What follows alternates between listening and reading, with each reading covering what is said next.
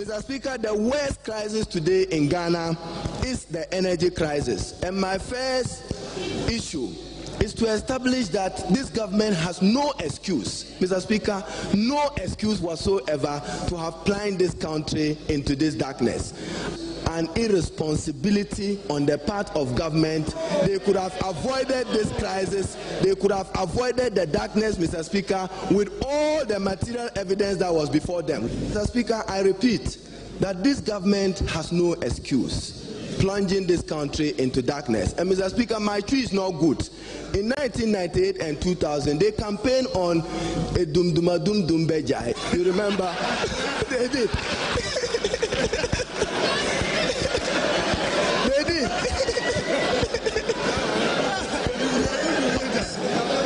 Honorable member for Tamales South. Honorable member for Tamales South. You may repeat what you said. I didn't hear. Mr. Speaker, in 1990, between 1998 and 2000, a major and a very attractive campaign slogan by them in opposition was a dum-dum-a-dum dumbejai.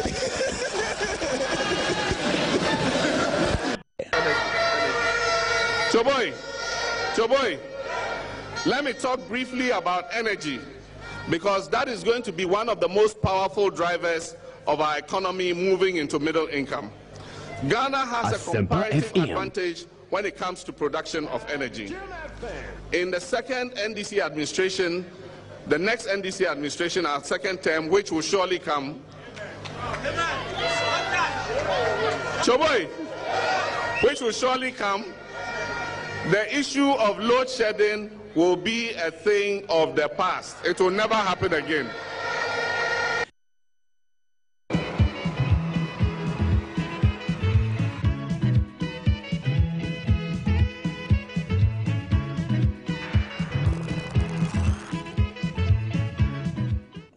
Welcome back. This is Newsfile, and earlier you heard the sounds of Haruna Idrisu, who is now the Labour and Employment Minister, and of course the President himself, also at a campaign rally. Haruna's was somewhere in 2007 or so, where he said it was unpardonable that the NPP had plunged the country into darkness, that would not happen in an NDC government. The President also, you heard him during the campaign, that it will be a thing of the past. The question I'm asking to you, Amalba, is that are we on course, or we have abandoned this firm promise? Because we have been told before that Doomsday was over. Suddenly, we are back. Samson, the challenges that we are having now is as a result of generation shortfall. You know that the Akosombo, the water levels are falling. You also know that currently there's some strike workers in Nigeria, in the oil sector, the gas pipeline, that have gone on strike, and as a result of that, we are not getting our supply of gas. This has come to affect us. The solution is that we need to generate our own sources of energy. And I can tell you that there are varied and multiple sources that government has put in place and is even putting in place to arrest this situation. We know the Abuazi thermal plant. We know also of the issue of Pong thermal plant that is also supposed to come up. We know of the Etuabo gas project. Now, I was here 2 weeks ago and indicated that, and Kokubako was saying that I should deal with the matter and leave the proverbs. But if you depend on somebody to fetch water from his well, time will come when you go test it, not because they have refused you the water, but the water itself would finish.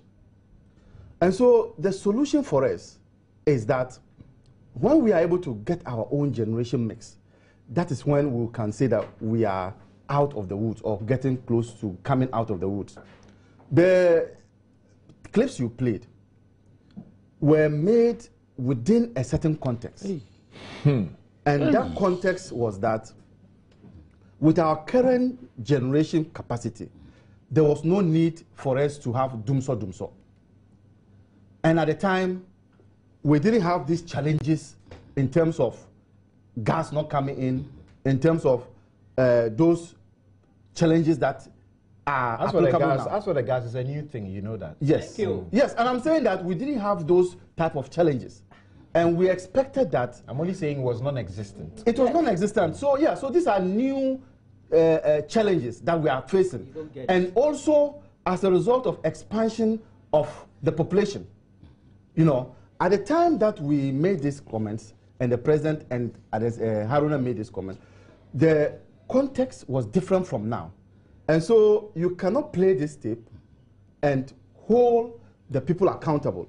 President John Mahama would not know that some workers in Nigeria will go on strike, you know, and you can't blame him for that. And so if you see dumso reducing or going away, and then all of a sudden, because we depend on Nigeria for gas, workers go on strike and it does come, how do you place this at the doorstep of the president? So talk to Goodluck to pay the workers. All right, we should talk to Goodluck to pay the workers so that you get power. Our jurisdiction doesn't pay. That's what you are saying. Okay. What's the solution? Right, sorry. Could some say that, look, this is what we ought to do, just hold the politicians to their word, irrespective of whatever is happening within their context? Yes. 2007 was when Haruna made that point. 2012 or 13 was when President Mahama made his statement. How many years in between? The population has grown so huge that we can't feed them with petroleum things. That's why my brother is huge population. There was no gas, as you said then. Volta Lake went down. That was a challenge, wasn't it? There was no gas. So it means that they were hugely challenged then as well. And yeah, you thought there was the opportunity to cure that mischief. So it's just something that we should put aside. Let's focus on the issue.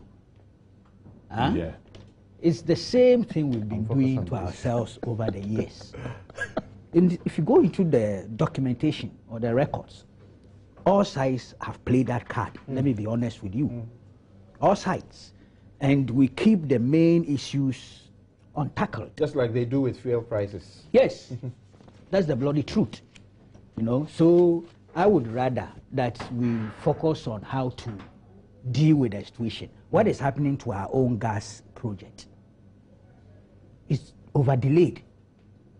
So we should ask ourselves, what is it that we are not doing right? That any time we set a deadline, we are not able to fulfill it. If we had gone according to the project and had been diligent enough, I'm sure an industrial action in Nigeria should not have such an adverse impact on our situation. Right. Yes. Mr. Dulabi, Abraham has given us, you know, a list of a lot of efforts that are ongoing. So that ought to be the focus now, isn't it? Some of which they delayed. The one he's talking about was already in the pipeline. The thing is, I don't believe there has been any proper strategic thinking to this whole thing. If you are saying that is a shortfall from Nigeria, what was plan B? Contingency planning. What I know is this. In UK, where I lived for a while, HSBC, which is a bank, has got its offices somewhere. Should anything happen there, like fire or bomb outrage or whatever it is, they have an alternative. Emergency, whatever I call it, business planning. So the same computers arranged the same way in another office. You go there, you start working as if nothing has happened. Seamless.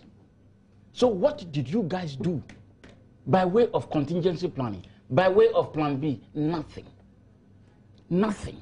And that is where all the bombast, you know, the hot air and bombast from President Mahama and Haruna Idrisu, for me, falls into very sharp relief. Everybody shows how bare it is. Now, Egbert, some will say that's not a fair, you know, demand.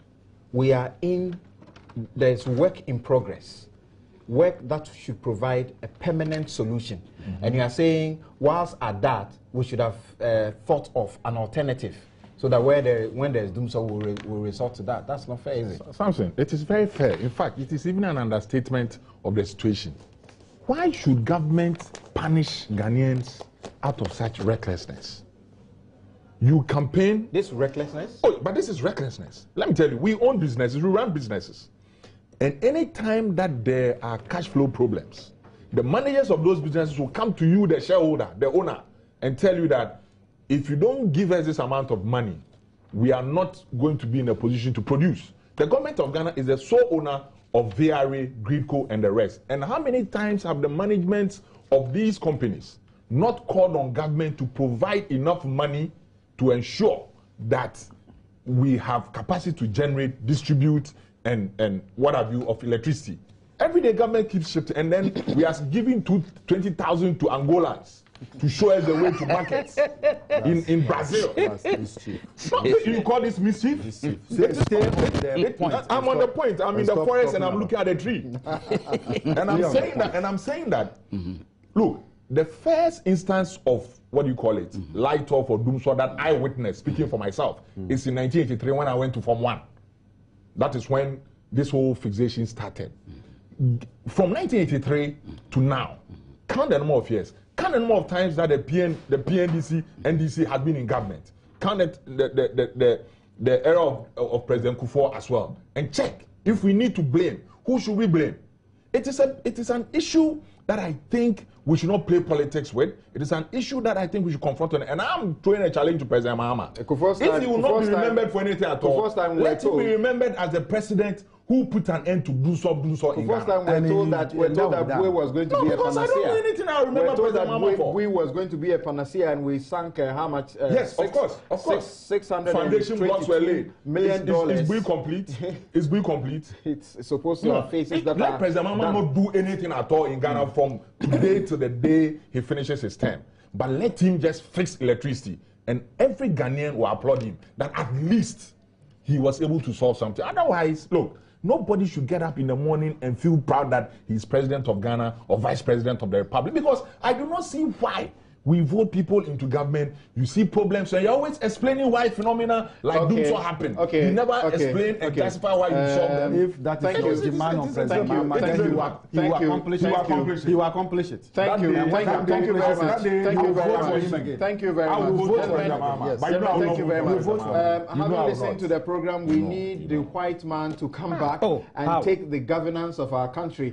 This is from Dak in Navrongo. That's a prescription that's not agreeable at all. This one says that where was the Shroud Commissioner working before she was appointed? Okay, we know that she was in the banking industry. Okay, thank you for those messages. Unfortunately, we are run out of time. This one says something there. To demonstrate how these people in power can use, right, somehow it's not properly typed out. I'm sorry, that's where we leave it.